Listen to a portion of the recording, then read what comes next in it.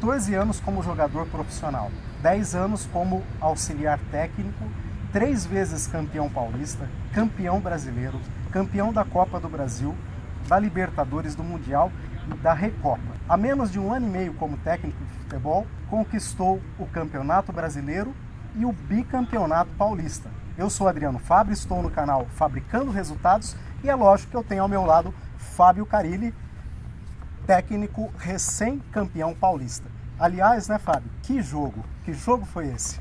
Que jogo, Adriano. Prazer em estar falando com você, né? Umas coisas estão acontecendo muito rápido na minha vida.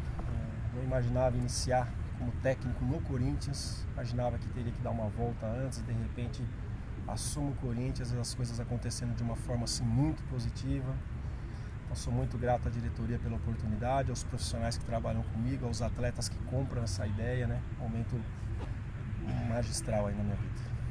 Bom, muito obrigado aí pelo seu tempo. A gente sabe, né, a pressão e a responsabilidade de ser técnico de um time como o Corinthians, né? Então, além da gratidão, há uma emoção muito grande, né? Porque eu sou um corintiano fanático, não perco um jogo, sou um apaixonado por futebol, então é um momento muito especial para mim poder estar aqui com você e entender um pouco desse sucesso e o que existe por trás desse sucesso em termos de comportamento e também em termos de técnica, né?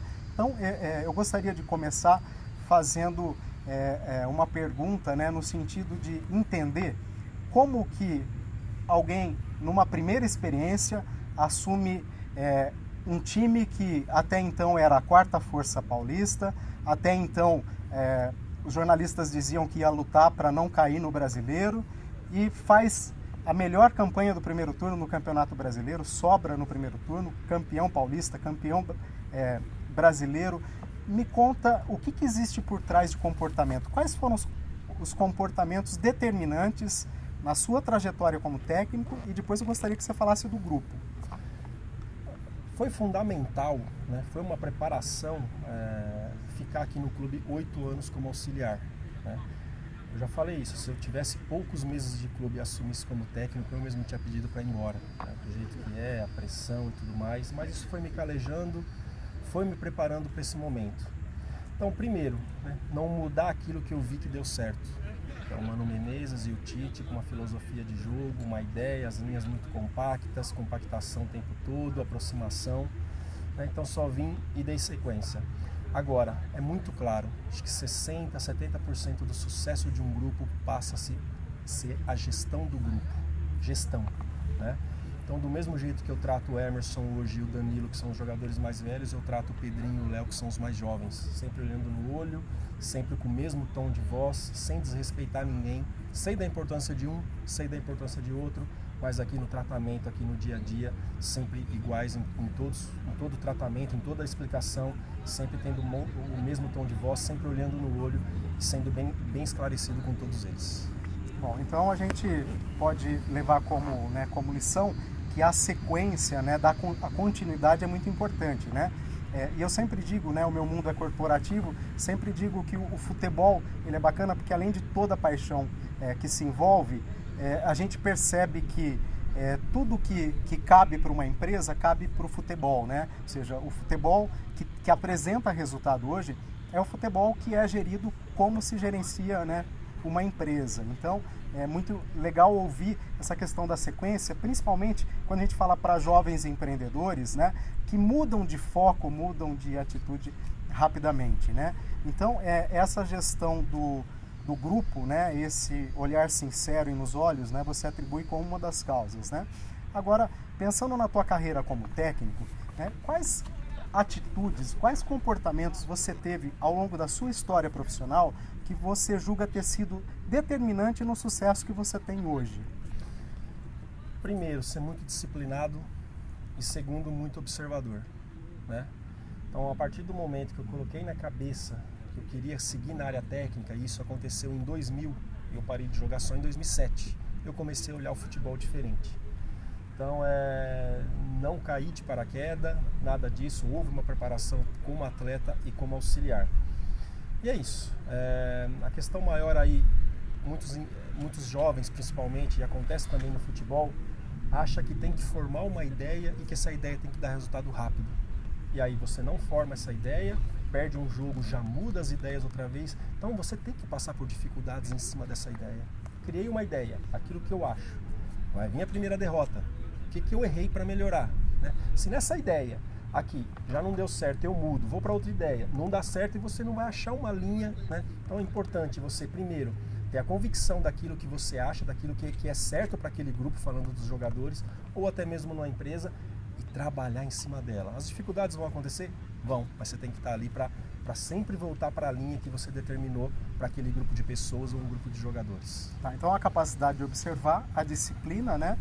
E essa condição de você poder se manter focado nos seus objetivos, né? Diante das adversidades, como você colocou. Então, nessa tua condição de sair de auxiliar e passar a técnico, a coragem também é importante, né? A coragem, ela é uma característica, né, de todo empreendedor bem-sucedido, de todo profissional bem-sucedido. E para o técnico de futebol, imagino que isso é ainda mais importante, né? Que ele vai de um extremo ao outro de forma muito rápida. 2, 3 derrotas, as pessoas já começam a questionar todo um trabalho que vinha sendo feito, né? Então, essa coragem também é bem importante, né? Porque como auxiliar técnico, a estabilidade é muito maior, né? Tanto é que você passou pelo Mano Menezes, pelo Tite e continuou no clube, né? Então, e muitos abrem mão, né? Desse risco de assumir uma posição maior por medo de perder a estabilidade. Então, para ser bem sucedido, cara, ele tem que ter coragem, é isso? Tem que ter coragem. Tem que estar com um grupo de apoio aí, que hoje são os meus auxiliares, a comissão técnica, muito próximos, e acreditar e dar total liberdade para que eles possam falar, abrir minha cabeça. Eu não quero um auxiliar do meu lado que só concorda com aquilo que eu falo. Então os meus 3 auxiliares hoje, auxiliares técnicos, que é o Leandro, Osmar Loz e o Fabinho, debatem demais, né? Vem com outras ideias, isso faz com que eu cresça, né? E passa a entender e ver outras coisas para que a gente tome a melhor decisão. Não é para o Fábio, é a melhor decisão para o Corinthians. É assim, as pessoas que hoje comandam têm que acreditar nas pessoas que estão do lado. Primeiro selecionar bem essas pessoas e depois acreditar bastante, porque são essas pessoas aí que vai fazer você pensar diferente. Então essa é uma outra condição também, né? De ter, mesmo estando numa posição de comando, né? Como comando maior, ter a humildade para ouvir todo o entorno, né? Todas as pessoas que fazem parte do processo, né? Então isso também certamente serve para um gestor, né? Isso certamente cabe numa empresa. Carille, numa empresa, para que uma empresa seja bem sucedida, ela precisa ter comportamentos como esse que a gente vem discutindo, né? Muito trabalho, foco, disciplina, persistência, né? Mas ela precisa também ter competência técnica, ou seja, ela precisa ser boa naquilo que ela se propõe a fazer, e ela precisa ter competência em gestão, precisa cuidar de finanças, custos, marketing, recursos humanos. Isso também cabe num time de futebol? O que mais a gente preza aqui e busca é tirar o máximo daquilo que o jogador pode nos dar, né? Então não adianta eu pedir para um Jadson uma marcação tão forte, sendo que eu sei que o Jadson não é um cara de marcar, o Jadson é um cara de criação. Isso dá para pedir para o Romero, né? Sim. Então você entender o teu grupo, não adianta eu pedir coisas que eu sei que o grupo não vai me dar. Então a gente tem que ser muito inteligente. Então tudo que é determinado e passado para os atletas, a gente tem certeza que eles têm condições de realizar. Porque mesmo quando você acaba passando algo que o jogador não se sente confiante, eu não sei fazer isso, você vai acabar perdendo o grupo, né? E o grupo não vai te entender. Então no futebol é importante demais a gente saber o que o jogador pode te dar individualmente e coletivamente. Mais uma dica aí para o empresário, para o gestor, né? O comandante, o líder, tem que respeitar o perfil de cada profissional para conseguir tirar o melhor dele dentro do que ele pode dar, né? Então, muito bacana ouvir isso, porque acaba validando o que também a gente tem no mundo corporativo. Eu né? tenho feito algumas palestras, né, para algumas empresas e sim, a gente acaba no final vendo que é tudo a mesma linha, se é no futebol, se é num banco, se é numa empresa, né, que a gestão ela é muito importante e o mais importante do comandante é deixar essa trilha, né, essa marcada, esse caminho que tem que seguir, e na hora que começar a sair, volta para cá, para que a gente segue um trilho aí, um trilho de sucesso. E o Corinthians já vem há muitos anos, né, ganhando a maior parte dos campeonatos que disputa, né? Sou suspeito em falar porque eu sou corintiano, mas contra os fatos, né, não tem possibilidade de negativo. E a gente percebe, né, que o clube também se modernizou como gestão. E, por outro lado, a gente vê que determinados clubes, por mais que façam investimentos, né, se não tiver uma gestão que esteja alinhada, né, a gestão do clube, a gestão técnica, o técnico e os jogadores, acabam não conquistando os resultados proporcionais aos investimentos, né, Carilli? Sim, é algo que eu tenho falado bastante e vou brigar cada vez mais para que os clubes acreditem nos profissionais que estão trabalhando. Essa questão de mudança de elenco, mudança de técnico, acaba mudando as ideias também e não forma, né, uma ideia, um DNA que a gente costuma falar dentro de um clube. Isso acaba dificultando bastante. Então, que os diretores aí analisam bem na hora de contratar um técnico e na hora de contratar esse técnico, dá todo o suporte para que ele possa desenvolver o melhor trabalho possível dentro da equipe. Okay. Falando de gestão, né, a gente vê muitos jogadores de futebol que ganham verdadeiras fortunas, né, enquanto estão com a carreira ativa, e depois que se aposentam chegam até passar necessidade financeira, né? Então eu gostaria de saber de você, na tua visão, eu que sou economista e trabalho muito a área financeira das empresas e dos profissionais, na tua visão, o que falta e o que é importante, né, para evitar que isso aconteça? O que poderia ser feito? Eu vivi esse momento, né? Claro que eu não fui um grande jogador e também não ganhei dinheiro como jogador, mas eu vivi muito esse momento que muitos jogadores da minha geração assim pararam, estão com dificuldades, mas eu vejo isso hoje um pouquinho diferente, os empresários preocupados em dar o suporte aos atletas em relação a isso também. Então hoje eu estou vendo eles mais conscientes, investindo melhor o que eles estão ganhando, porque é absurdo, muitas vezes vem meninos aí de periferia, algo mais, e de repente muda a vida. Eles têm que ter um suporte mesmo, senão acaba se perdendo. Tem campo para melhorar muito isso, que são 12, 15 anos aí de carreira, e tem que fazer, né, do jeito que é. Se tiver cabeça, consegue resolver a vida aí, não só dele, mas dos filhos, da família toda. É algo que tem melhorado bastante e eu vejo os jogadores hoje mais interessados em saber disso, né? Que legal, eu fico contente porque eu peguei uma época que a gente não tinha todo esse suporte e muitos jogadores acabaram se perdendo. Então, a inteligência financeira, mesmo quando o profissional está na ativa, né, ele ter essa inteligência financeira, você entende que ela é importante porque ela também influencia na performance profissional e até mesmo na maneira como o jogador conduz a sua carreira. Às vezes a gente vê um jogador mudando de clube para ganhar 20% a mais num outro clube que não vai oferecer a mesma perspectiva de carreira, né? Acontece muito, né? Mas assim, muitas vezes entra também o desgaste, que o cara já quer sair do clube, muitas vezes vai até pelo mesmo valor, porque já não aguenta ficar mais naquele ambiente, e a gente tem que saber entender isso. Muitas vezes o jogador pode passar assim de R$2.000 para R$100.000 em uma noite, né? Fazer um jogo bom, garoto, se mudar e não ter o suporte no outro dia, já comprar uma BMW, comprar um grande carro, comprar uma grande casa e achar que aquilo tá bom, que vai ganhar até o fim da vida, aquele não é um contrato de 3, 4 anos, eles acabam se perdendo isso, perde o interesse do treino, porque parece que já chegaram no objetivo. Então a gente tem que ficar sempre induzindo a querer mais. Eu sei que eu trabalhei com o Ronaldo aqui, quanto ele queria mais, já tinha sido o melhor do mundo, campeão do mundo, enfim, todos os títulos que o Ronaldo Fenômeno ganhou, pessoal, e sempre querendo mais já no final de carreira, né? Então, quando você diz que querer mais é em termos de performance profissional, né? Não estamos falando financeiramente, que isso vem automaticamente, né? Quando você tem a ambição, né? Estou aqui no Corinthians, eu quero jogar no Barcelona, você tem que ir para campo e ralar. Então muitos jogadores assim acabam já se satisfazendo com aquilo e deixa até de render aqui dentro de campo nos treinamentos, porque já está bom para ele, aquele carro que ele comprou, aquela casa que ele comprou para a família, e acha que vai continuar ganhando até o resto da vida, e não é assim, né? São 12, 15 anos aí que é de muito trabalho, muita dedicação para conquistar os seus objetivos. Muito bom. Uma das perguntas que eu sempre faço, né, é como que o profissional faz para manter a sua motivação diante das adversidades, né? Isso eu não preciso perguntar para o Carilli, que é técnico do Corinthians. Técnico do Corinthians não pode e nem deve ser desmotivado, mas pensando no grupo, né, porque o grupo às vezes diante das adversidades e até mesmo das tentações, né, que um grupo sofre, de baladas, de interferências externas, né, de relacionamentos, tudo isso,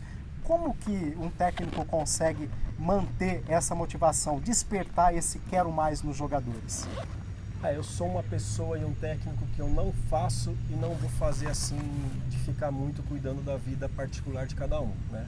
A partir do momento que eu vejo que aqui não está acontecendo como eu espero e o que eu espero desse atleta pelo potencial dele, aí sim eu começo a saber o porquê.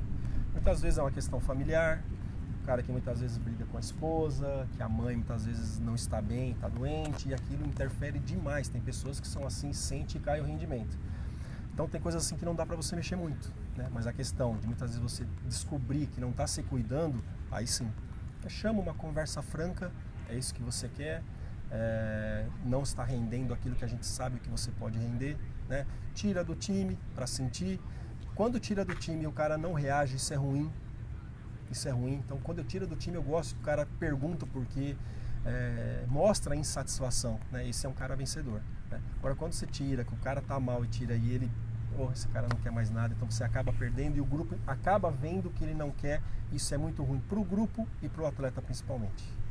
E essa clareza de critérios, né, que vem desde a época do Tite, e a gente, como apaixonado pelo futebol, como torcedor, e alguém que olha para o futebol também com outro olhar, a gente percebe que essa clareza de critérios, essa transparência é muito importante para conseguir conduzir o grupo, né? Ou seja, quando o técnico, né, quando você toma qualquer medida, o grupo consegue entender porque os critérios já estão claros. Isso é importante, né, Carilli, para manter o grupo nas mãos?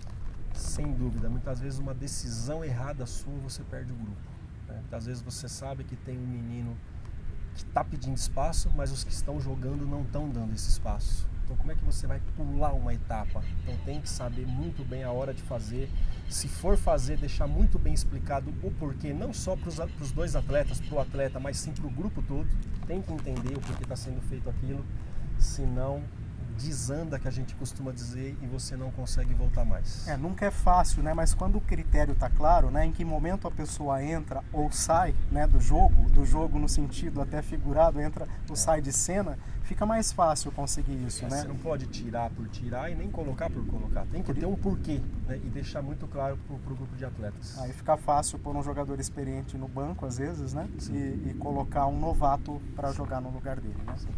Carilli, eu tenho uma pergunta aqui da Alexandra Fabri, que é minha irmã, ela é sócia no escritório, ela é consultora em gestão estratégica de pessoas, e ela quer te fazer uma pergunta. De todos os papéis, né, que um líder exige, o que na sua visão é determinante? Ou seja, se você pudesse escolher uma coisa só para relacioná-la ao sucesso que você vem tendo como comandante, o que é essa coisa? O que é determinante no teu papel como líder? A palavra só, isso é verdadeiro, verdade, sempre, né? Mesmo que vá doer ou não, que seja verdadeiro, que fale, não deixar passar muito, já tentar resolver logo, tá insatisfeito com aquilo, já vai e resolve, e se deixar passar muito você perde. Então a verdade, a sinceridade, olhando no olho o tempo todo, isso é fundamental para o sucesso de um grupo. Muito legal. Isso é muito interessante, eu fico literalmente emocionado, né, por ouvir uma resposta como essa, né, que isso mostra a essência do trabalho, né, do Fábio Carilli, e eu fico duplamente feliz e emocionado, né, pela resposta, né, e por ser corintiano e ter a oportunidade de ouvir isso aqui pessoalmente nesse bate-papo, que certamente vai levar uma mensagem muito bacana para as pessoas. Bom, quero agradecer a essa rica oportunidade, né, essa emocionante oportunidade, até para mim por duplo sentido, de ser corintiano, de ser um apaixonado pelo futebol e de ter a oportunidade de conversar com um profissional que em pouco tempo, com muito trabalho, tem conseguido aí conquistar grandes resultados. Então, Fábio Carilli, muito obrigado de coração pela oportunidade, pelo tempo. A gente sabe, ou pelo menos imagina, né, qual a responsabilidade de conduzir um time com a grandeza do Corinthians. Então, muito obrigado, valeu pelo seu tempo aí, pelas palavras e por tanto conteúdo bacana aí para que a gente possa levar para as universidades, levar para as empresas, para os jovens, né, para que a gente tenha um Brasil cada vez mais vencedor e pautado, né, em princípios e valores até bem diferentes do que a gente vem vendo recentemente em notícias, né? Eu que agradeço a oportunidade, Adriano, foi um prazer aqui, espero ter ajudado e pode ter certeza também algumas coisas que você falou já captei aqui, pode me ajudar muito aí no dia a dia. Legal, valeu mais uma vez. Valeu, obrigado.